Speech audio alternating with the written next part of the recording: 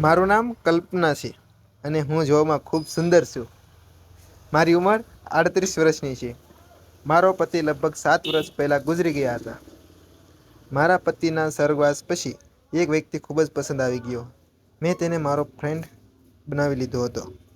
હું તેની સાથે લગભગ 1 વર્ષ સુધી રહી પરંતુ મને એવું લાગ્યું કે તે મારી સાથે ખૂબ જ જુઠ્ઠું બોલે છે એટલે ધીરે ધીરે અમારા બંનેની વચ્ચે લડાઈ ઝઘડા થવા લાગ્યા.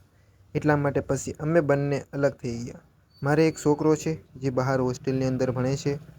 મારો છોકરો ખૂબ જ ખુલ્લા વિચારનો હતો.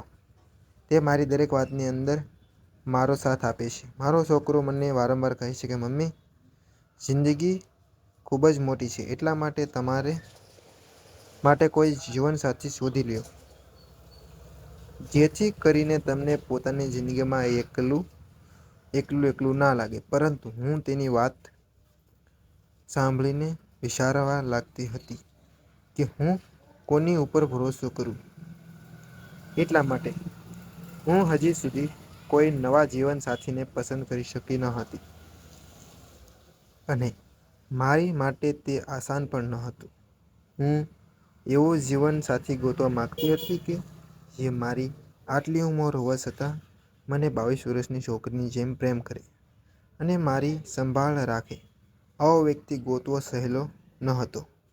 મારો પતિ એક બિઝનેસમેન હતો એટલે તેણે મારી અને મારા છોકરા માટે ખૂબ જ ધન દોલત અને પ્રોપર્ટી ભેગી કરી હતી.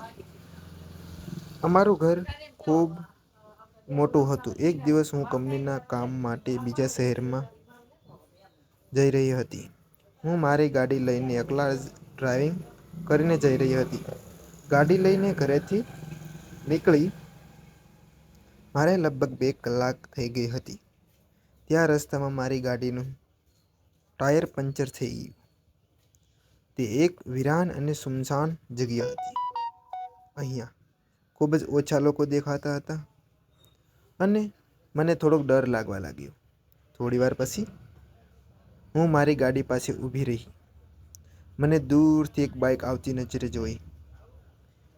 મેં તેને ઊભા રહેવા માટે મારો ઈશારો કર્યો અને બાઇક એક ખૂબ જ હેન્ડસમ છોકરો ચલાવી રહ્યો હતો. તેણે મારી પાસે બાઇક ઊભી રાખી અને પૂછ્યું, મેડમ, બતાવો તમારે શું જોઈએ છે? તે જોવામાં ખૂબ જ સુંદર હતો. તેને જોઈને હું પાગલ થઈ ગઈ અને હું તે છોકરાના સપનામાં ખોવાઈ ગઈ. તે શું બોલી રહ્યો હતો મેં તેના પર ધ્યાન આપ્યું નહીં. હું બસ તેને જોઈ રહી હતી. તે ફરીવાર ઊંચી અવાજમાં બોલ્યો કે મેડમ, તમારે શું જોવે છે? હું સપનામાંથી જાગી અને તેને મારી પ્રોબ્લેમ બતાવી. એટલે તેણે પોતાની ગાડીને બાજુમાં પાર્ક કરી મારી ગાડીનો ટાયર બદલવા લાગી. તે કામ કરી રહ્યો હતો એટલે મેં તેને તેના કામ વિશે પૂછ્યું તો તેણે કહ્યું કે તે અત્યારે કોઈ કામ કરી રહ્યો નથી. તે કામની તલાશમાં છે. મને તે છોકરો ખૂબ જ પસંદ આવ્યો હતો એટલે મેં તેને મારી કંપનીમાં નોકરી કરવા માટે ઓફર આપી અને સાથે સાથે મારા ઘરનું એડ્રેસ આપ્યું અને શહેરમાં આવવાનું કહ્યું. થોડા દિવસ પછી તે છોકરો મારા ઘરે આવ્યો અને તેણે આવીને કહ્યું કે મારે નોકરી જોઈએ છે. મેં તેને સરસ મજાની નોકરી આપી અને રહેવા માટે મારા ઘરે તેની જગ્યા આપી. આમ થોડા દિવસમાં મેં તેને મારા દિલની વાત જણાવી દીધી અને તેને મારો બનાવી લીધો. ધન્યવાદ મિત્રો. તમને લોકોને મારી નાની એવી કહાની પસંદ આવી હશે. જો વિડીયો પસંદ આવ્યો હોય તો લાઈક અને ચેનલને સબસ્ક્રાઈબ જરૂર કરજો અને ફરી મળીશું આપણે કાલે નવી વાર્તાની અંદર. ત્યાં સુધી આવજો મિત્રો.